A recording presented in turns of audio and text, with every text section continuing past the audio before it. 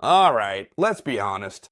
How many times have you been told that controlling the center in chess is super important?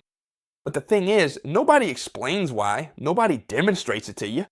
In this case, when we talk about the center, we're talking about these four squares. Just so you know, if you control the center, it doesn't matter if they attack us hard on the flanks, they won't be able to do a thing. I'm going to prove it to you with a Rubinstein game that's going to blow your mind. Many of you might be wondering, why is this chess set moving on its own, chess teacher? What's going on here? Well, for those interested, at the end of the video, I'll explain what this set is, how to get it, and all the deals we have with this channel sponsor.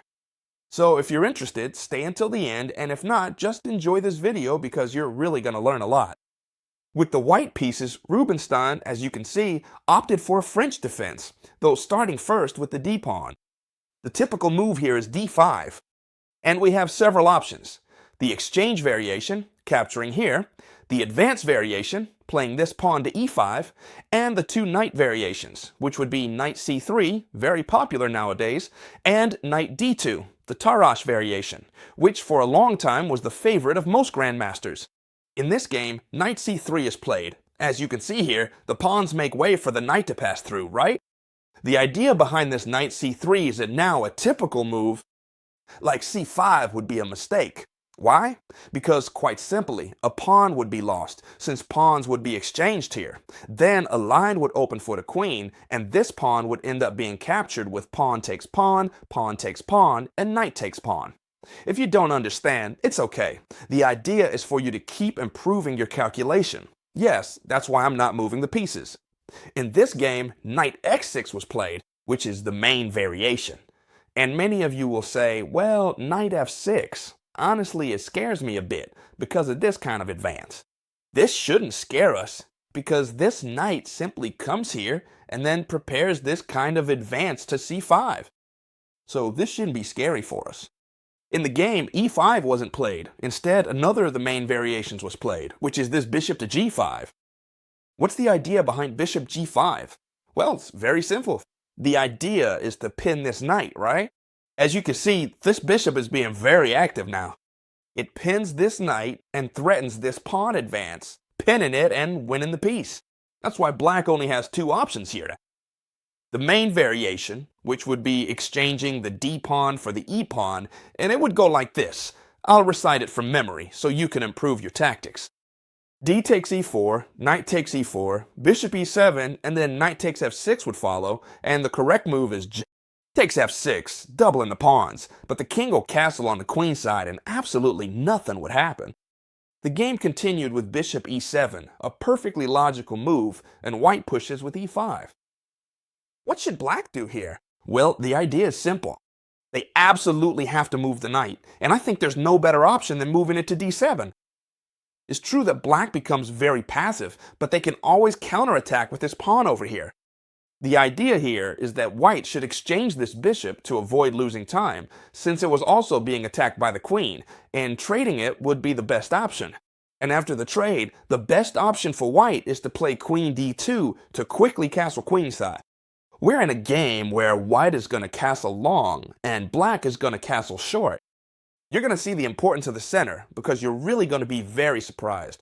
When you finish watching this video, you're going to want to watch it again because it's going to be one of the most spectacular games you've ever seen. And you'll say, okay, now I get it. The game continues with castling by the black pieces and f4 by the white pieces. What's the idea behind f4? Let's see, king, get in place, come on. The idea of this 4 is very simple. Since black is going to play c5, see, they'll be attacking the base of the pawn chain, or this arrowhead. If the base is attacked, and there's no other base defending it, this lone pawn will end up being lost. For example, with knight c6 and both knights attacking here, or even with a very strong f6. Black continues with 5, the best move in the position. Attacking this pawn will definitely have to defend it. The correct move, or one of the most correct, let's say, is knight f3. We don't overcomplicate things. We develop a piece and also defend this point right here. Black plays f6. Is that a good move? No? Go back, because I want to show you something much better. The correct idea was to capture here first with the cup on. And I'll explain why. At this point, when we have pawn chains, we should attack the bases first and then the tip. What happens if we attack the tip first? Here we have to evaluate something. What should I play? I'm sure many of you are considering something. Here, if I don't touch anything, and for example, I castle long, the idea is that if they capture this pawn, I'll simply recapture it with one of these two and keep this strong center. The point is that if, for example, we make a mistake, like castling long, okay, in this position, black would simply win a pawn. How? With c takes d4. When we capture with the knight, it will be pawn takes pawn, and knight takes pawn, winning a pawn. And if you capture with the queen, they'll still play knight c6, attacking the queen and attacking this pawn. In other words, castling long loses a pawn. I won't go on too long because I want to focus on what's truly important. The correct move here, without any doubt, is to play e takes f6, for two reasons. First, this backward and weak pawn can be attacked very effectively along the file with the rooks. Also, this pawn is giving up the outpost for our knight, and besides, what we're doing now is also deflecting one of the two pieces defending c5. So here we have a point, well, 1 point, several points in favor of center control, right? White plays g3 and black plays knight c6. The most logical moves in the world, g3 to defend this pawn that was under attack and to develop this bishop via g2. And in the future, maybe even via h3 to hit this spot here, and black plays c6 to come and threaten this point right here. If we capture, we help black, so we must defend this pawn with a much better move, which in this case could be long castling. Why? We already wanted to do it, that's point number 1. And point number 2, what we're doing is placing the rook on the same file as the pawn, on a central file that's going to work out great for us. The game continued with a 6. Why? Because when white has castled long, what does black want to do? Launch a flank attack. And that's going to be, even though it's the most normal thing in the world, it's going to be the mistake that ends up losing the game. And you're going to be amazed, I'm telling you, because that's how it is. Watch how the game continues. Bishop g2, normal move, right? Totally normal. Besides, when we have such a strong weakness, that is, when we have in sight, the enemy's weakness so clearly, we shouldn't let this weakness be exchanged, for example, by playing e5 at some point, right? If these pawns are exchanged and then e5. So this bishop is perfectly dominating this d5 point, so that the e pawn cannot be exchanged. Now then, black plays knight b6, a move that tries to go on the attack and threatens to play knight c4. It would be a mistake to play b3 because we'd be creating breakpoints. For our enemy, we don't want to create unnecessary breakpoints. However, here we can bring the other rook to the center, which will be much better. And if they now play the logical knight c4, as we can see attacking our queen, well, we simply place it at a spot that keeps defending the d4 pawn, and that's it. And pay attention to what Rubinstein does here, because it's a key moment in the game and you're going to be blown away, okay? They threaten us with b5, and Rubinstein goes pawn takes pawn. This seems like a complete mistake, and let me explain why. Watch what black is threatening. Knight takes b2, a spectacular move, since after king takes b2, he's in the pin and can follow up with b5. And you'll ask me, why would Rubinstein, as good as he was, one of the best players of the last century, how could he let this happen? Rubinstein's idea was that he said, I have absolute control of the center thanks to my rooks and my pieces.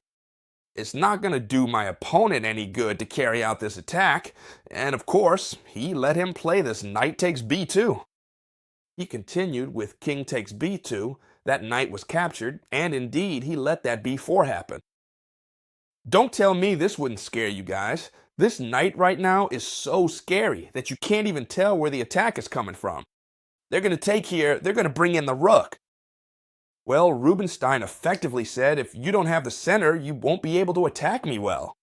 Simply put, you've given up a knight, I'm going to give you this one. And I played knight to d4 with the idea of cutting off the queen's entire diagonal. Now, this queen can't join the attack, see? So I'm cutting off your whole attack, and after pawn takes knight, you're just winning back the knight you gave me before, nothing more. What I'm going to do is move the king away. I'm not going to take this pawn because the king would be very exposed and would be pinned again. But rather, I'm going to move it. Where? I don't like the b file because then the rook would come and give me check. On the k file or the f file? The idea is the good move is to come to the a file. Why? Because now, if they try to attack down the file, for example, by bringing their queen, we would simply place our rook on the file too, and nothing would happen here. And what's more, do you know what Rubinstein said? I'm going to capture this pawn with one of the two rooks, and you'll be left with no attack. In this case, Black had to take this pawn, and I'll explain why. Because this is extremely important. I'm going to put this piece back, okay? And I'll explain why. Here, the knight is being threatened. It would be a complete mistake to play bishop to d7. Or bishop to b7 defending the knight. You know why? Let's practice the calculation with me, okay? If we play bishop to d7, knight takes and bishop takes would follow. And a spectacular bombshell, rook takes e6. It's true, the rook is being given away, but it can't be taken because then bishop takes d5 would follow, pinning the queen to the king. And that's why simply the best move here is to capture this knight. There's no other way. Queen takes knight, okay? If you want, trade queens with me, says Rubinstein, because my position is extremely superior. I'm going to win this pawn on top of it, and I'll be left with a passed pawn, an extra pawn.